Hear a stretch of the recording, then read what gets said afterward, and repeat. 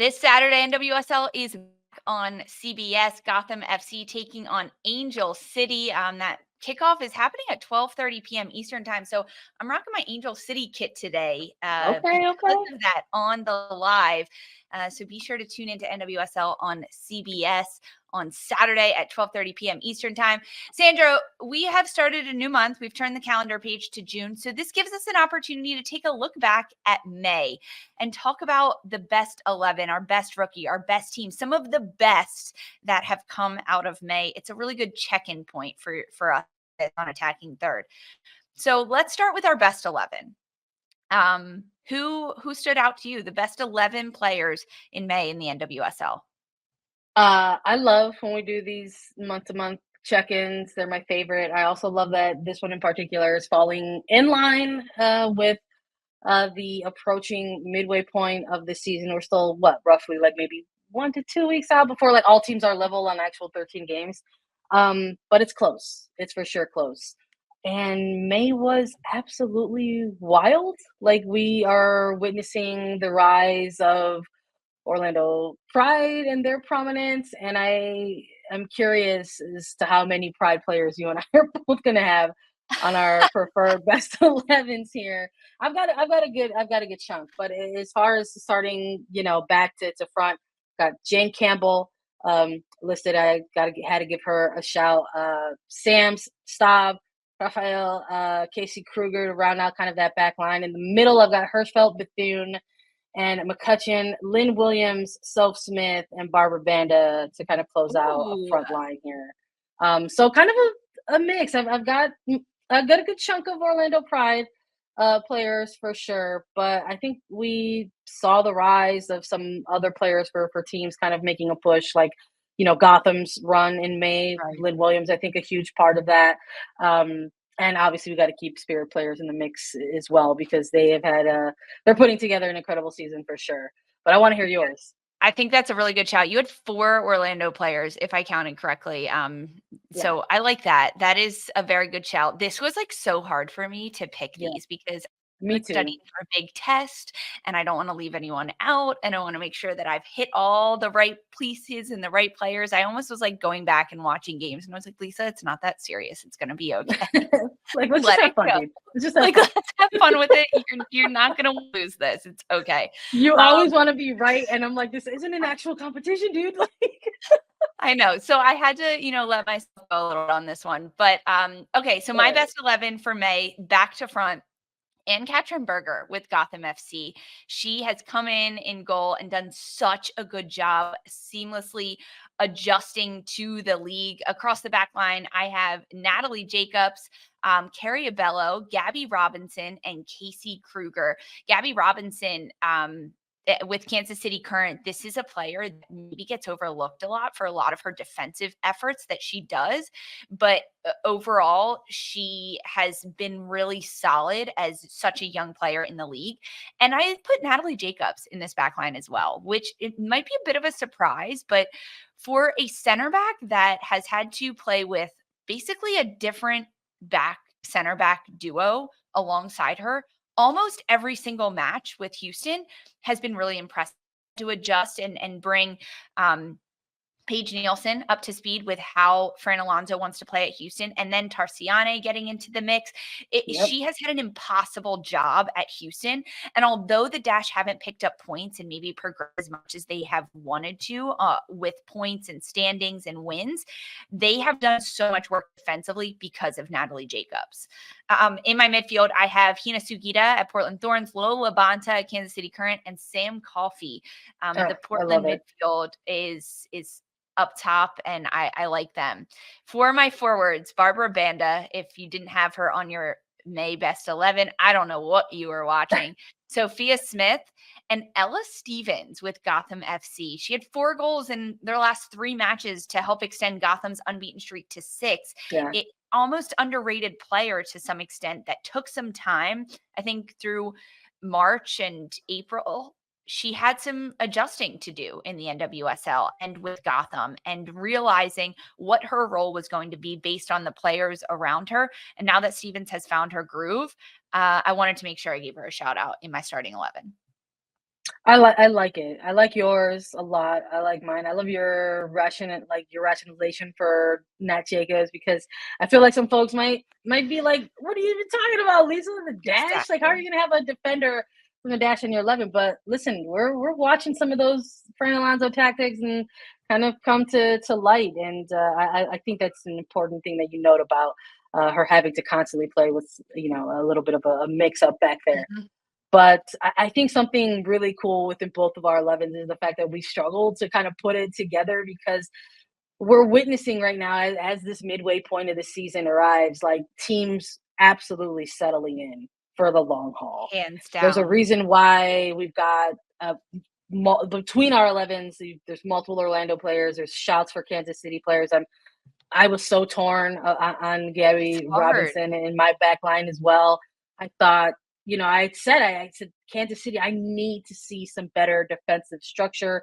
We wanted to see a clean sheet with all of these goals, and we got a couple, right? And then we Exactly. started to see this Kansas City side play a little bit to some more narrow score lines.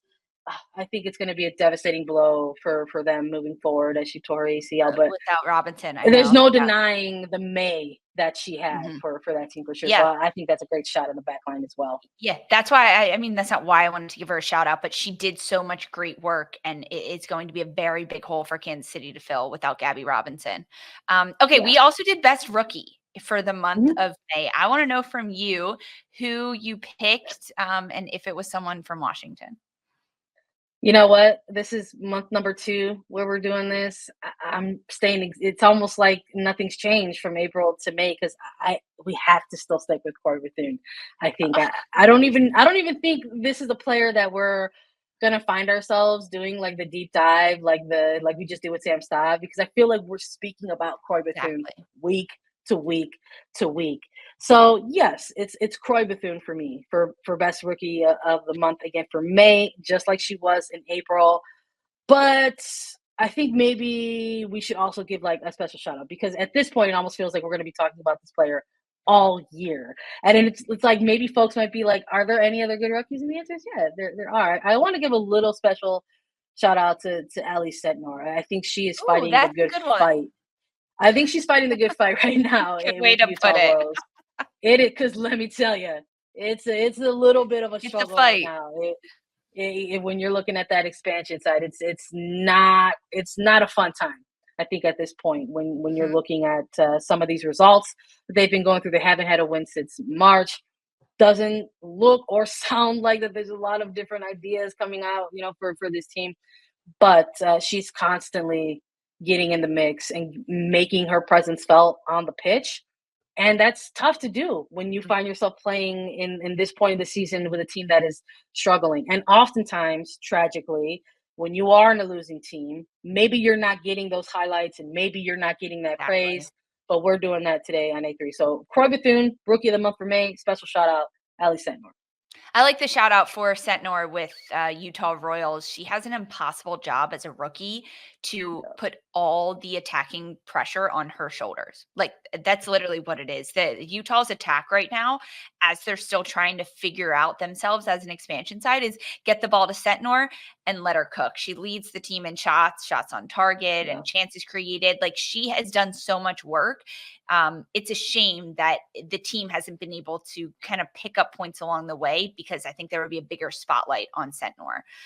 Okay, yeah. my rookie of the month for May, I went with Louisville forward Emma Sears.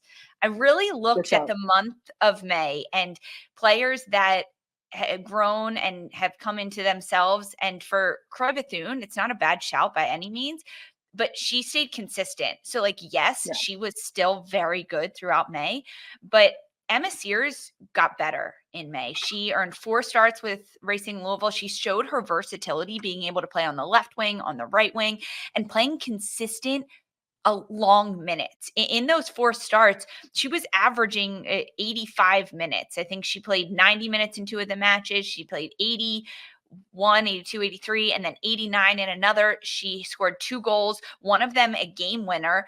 And then the other goal that she scored came in the 3-3 draw for Louisville against Kansas City. So the points that Emma Sears was scoring helped pick up points for her team. She just looked like she had become a more comfortable player under Bev Yanez and at Louisville with the game plan that this group was trying to do. And I was impressed with Emma Sears and her performance in May for sure. I think that's a really good shout. Absolutely. Okay, let's talk best team for this month. I'm going to go first with mine. 100% Orlando Pride. 8 straight wins, 16 goals for, 6 goals against.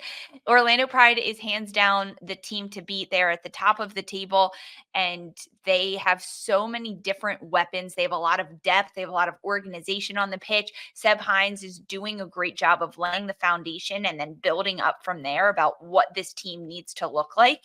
And throughout May, all the pieces fell into place and the gears were turning correctly. Of course, they have Barbara Banda, who is unstoppable. But even when Banda leaves the pitch, the players that step up are very impressive with Summer Yates and Ali Watt and Adriana and Marta. It's so fun to watch this Orlando side play. It is a beautiful brand of football. They're hands down my team of the month. You're not going to have much of an argument from me here. I cannot emphasize how much joy I think we are all getting in seeing Orlando Pride put together these performances. Mm-hmm. I feel like this is a franchise that we have seen go through some things over really since their last appearance in a playoff, which was back in 2017. And year in and year out from then, it has constantly felt like substitute teachers and reset buttons getting hit over and over again. And something I think very special kind of clicked for this team last year and last season. We had exciting moments watching Seb Hines coach that team up, even just last year and kind of their own run to the playoffs where they fell agonizingly short on tiebreakers. So there was enough there, I think, even last season, and watching the moves that they made this offseason, which includes the hiring of former NWSL player Haley Carter to get in a GM role, right? That's also hands a move down that franchise made. It wasn't just the player signings, but she got in the mix. Trust building there with Seb Hines. They targeted players to bring to this team, and they're putting together an incredible run right now. And Haley Carter as the GM, right? Like, so it's Seb Hines who has the structure of the team and how he wants to play, and he's putting all the pieces together. But it's Haley Carter who goes out as the GM and convinces players to come play there and says, this is why you should join Orlando Pride. It's such a team effort from them. And the Pride are really putting all the pieces into place to make them an unstoppable team. I like that we both had them as our team of the month for May, hands down. Fear the Pride, as John Rollins says in our chat live on YouTube. That was fun. I love when we get to check in at the end of the month and go through everything that has happened.